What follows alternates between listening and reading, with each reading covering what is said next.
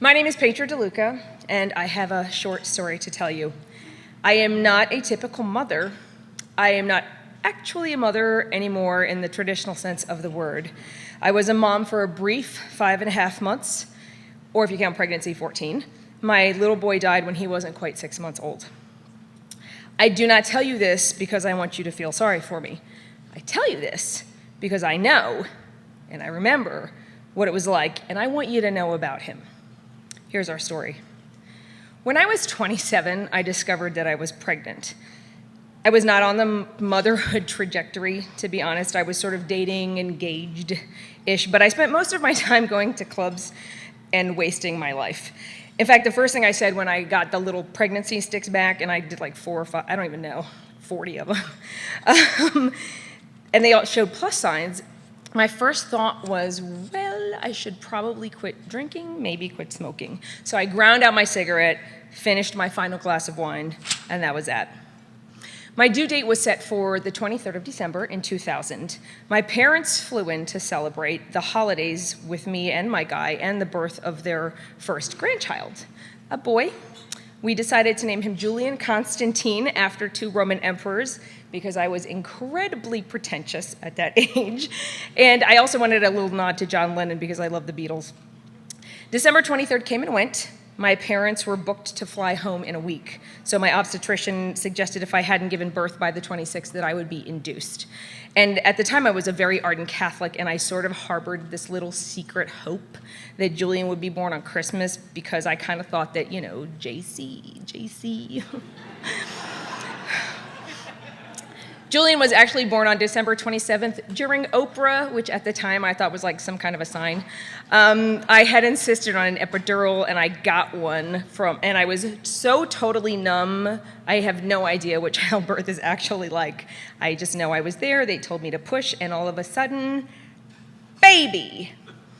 Pruny, wrinkled, purple little baby. Who scored a 10 on the APGAR test, thank you very much. I was proud like I had done it myself.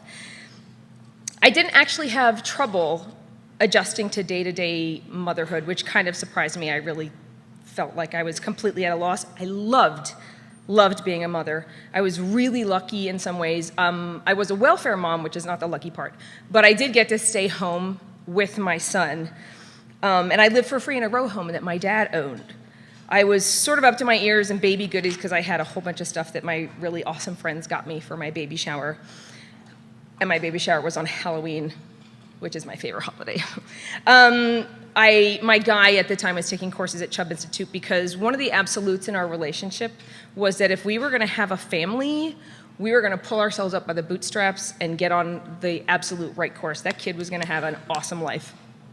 So to his credit, he went to school willingly, and he spent his days in class, and nights he worked at Blockbuster, and he would come home really late. But thankfully, Julian was a really good sleeper.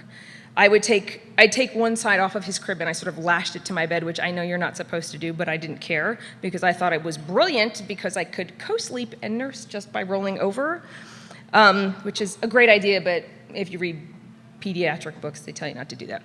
But I was really attuned to that kid. Like, I had never been attuned to anybody. I was a freaking natural at mothering, like, holy crap, I am so good at this. So any of you who have children, you realize at some point when you have your first kid that it hits you that you're not put on this earth for you. You're put on this earth for that kid, that little tiny, helpless, awesome baby.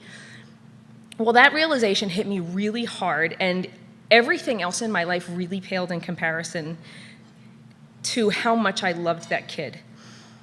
So I'm not going to give you the whole big, in and out of our daily life, because there really wasn't all that much, because 5.5 months is really not that long to build up a life story.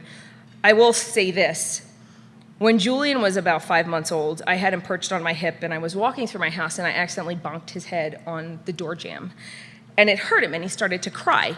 And that sound just cut through some part of me that I didn't know existed. And I felt completely broken and helpless. He was actually fine, just a couple of tears. He had a little bump on his forehead, but I was not fine. I never, ever wanted anything to hurt him ever. And here I had done it myself. And I had a sudden realization that he would be hurt over and over again in his life, physically and emotionally, and there was nothing that I could do, nothing, to stop it. Which brought me to, why had I lived as long as I had if it left me powerless to protect my boy? So I don't know what you do when you accidentally hurt your kid the first time. I called my mom. I don't know what she said. She could have barked like a dog in my ear. I don't know, but it worked. I felt a whole lot better. My mom is awesome like that. Julian was dead 2 weeks later. I will very briefly give you the circumstances. He died at his father's hands. His father was incarcerated. It made the news. I became a completely different person. That's all anybody really needs to know. But because of this, when most people ask me about Julian, they don't ask about him, the person, the child. They ask about the circumstances of his death. And I don't shy away from telling people. I did for the first handful of years because I think I had a very misplaced sense of shame. I think maybe I had failed as a mother, that I had broken what is the cardinal rule of motherhood, which is to protect and love your children. But I really don't feel that way anymore. I am telling you, a room full of strangers, about my boy Julian because there are precious few people who knew him.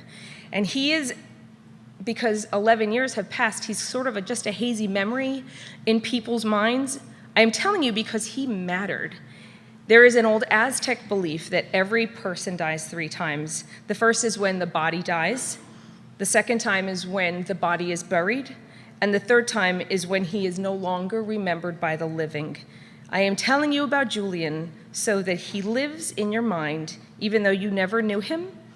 And maybe you'll tell somebody else, and he will live in that other person's mind as well. I am telling you his story so that Julian Constantine, my little boy who only drew breath for half a year and who changed my world, can live just a little bit longer. Thank you.